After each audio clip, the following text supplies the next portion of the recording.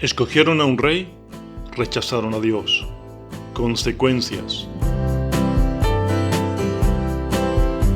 El periodo bíblico de los jueces terminaría con el profeta Samuel. Había durado este periodo entre 350 y 400 años. Antes de esto, Dios se había usado de personas como Josué, Moisés, los patriarcas y de todos los que estuvieron antes para dirigir al pueblo. La elección, el deseo y el clamor por parte del pueblo por tener un rey que los gobernara iba a cambiar radicalmente la dinámica de sus vidas y la historia. Y lo peor de todo, como veremos, estaban rechazando a Dios por un rey que los iba a oprimir. Todo esto se puede ver en el primer libro de Samuel, capítulo 5. Los primeros 3 versículos nos dicen que Samuel había envejecido poniendo a sus hijos como jueces sobre Israel. Pero estos eran ávaros y se vendían al mejor postor. En este contexto es que se reunió el pueblo para hablar con Samuel y presentarle el deseo de tener un rey porque anhelaban ser como las demás naciones. Oigamos lo que hablaron. Y le dijeron: He aquí tú has envejecido y tus hijos no andan en tus caminos, por tanto constitúyenos ahora un rey que nos juzgue, como tienen todas las naciones. Pero no agradó a Samuel esta palabra que dijeron: Danos un rey que nos juzgue. Y Samuel oró a Dios. El pueblo no demandaba nuevos jueces que fueran justos y buenos. Ellos querían tener un rey que les juzgara. Ellos no querían ser un pueblo diferente entre todos los pueblos. Ellos querían ser igual a las demás naciones. Esto no le gustó a Samuel, pero le respondió que oraría a Dios. Ahora vamos a oír la respuesta de Dios. Y dijo Dios a Samuel: Oye la voz del pueblo en todo lo que te digan, porque no te han desechado a ti, sino que a mí me han desechado, para que no reines sobre ellos, conforme a todas las obras que han hecho desde el día que los saqué de Egipto hasta hoy, dejándome a mí y sirviendo a dioses ajenos. Así hacen también contigo. Ahora pues, oye su voz, mas protesta solemnemente contra ellos y muéstrales cómo les tratará el rey que reinará sobre ellos. Aquí vemos algunos principios que son extremadamente importantes de conocer. Se ve lo que se llama la voluntad permisiva de Dios, que se muestra como un padre bueno que aconseja a su hijo para que no tome un camino porque le irá mal. Les explica por qué les irá mal, pero les deja que tomen su propia decisión, porque respeta la libertad de los hijos, libertad para escoger. Dios, siendo Dios, podría imponerse, pero no lo hace.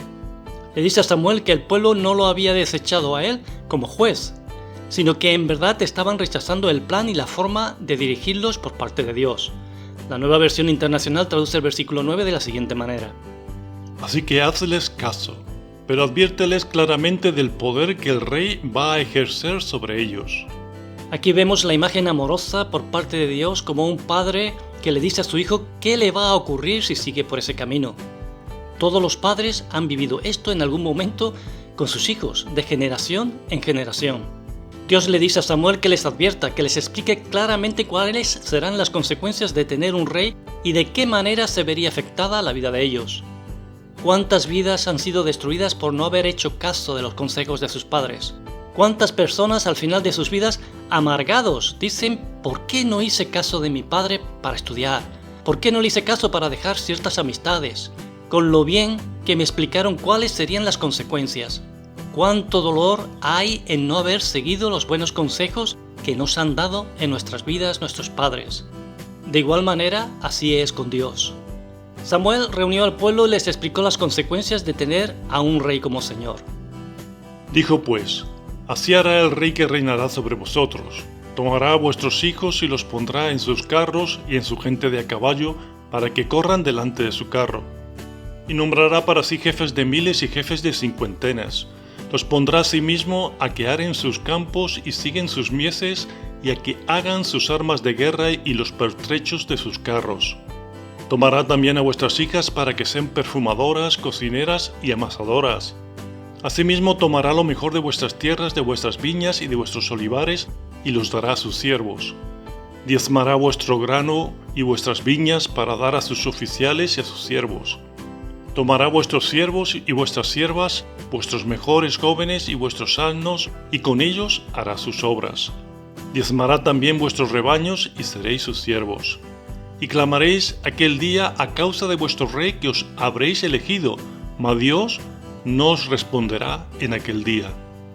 Las consecuencias más claras de tener un rey sería que ellos vivirían para servirle, para pagarle impuestos y tributos.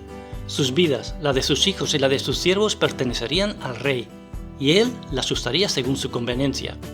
Les llegaba a decir en el versículo 18 que llegaría el día en que estarían tan oprimidos por el rey que clamarían a Dios por ayuda y no serían oídos.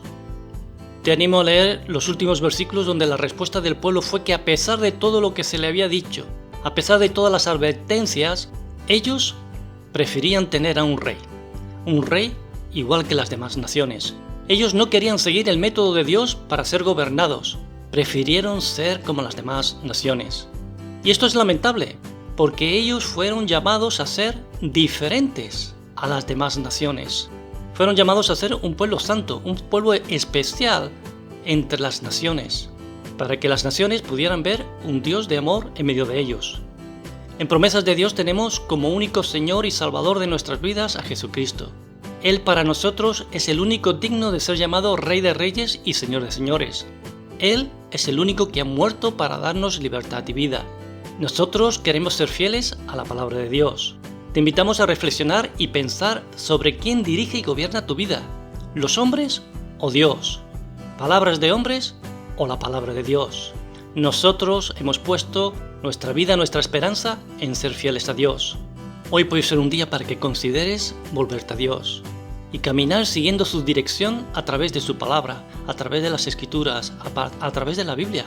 Te aconsejamos a ir a una iglesia donde se predique la palabra de Dios, donde sea Dios el que dirige sus vidas. Os esperamos en un próximo programa.